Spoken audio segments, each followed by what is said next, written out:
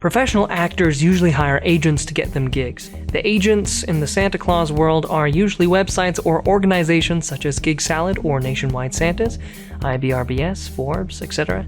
A major weapon that is at our disposal is using the platforms Facebook and Instagram to promote ourselves. Now, as someone with a college degree in video production, I've taken a few design classes, learned about typography, color, and have learned the absolute no-nos of design, and I'm sorry to say that among those I interact with on Facebook, there are a few Christmas performers who make the most awful-looking images, notices, thumbnails, you name it. These things could be greatly improved if only a little more thought and time, and perhaps a little more research, were given.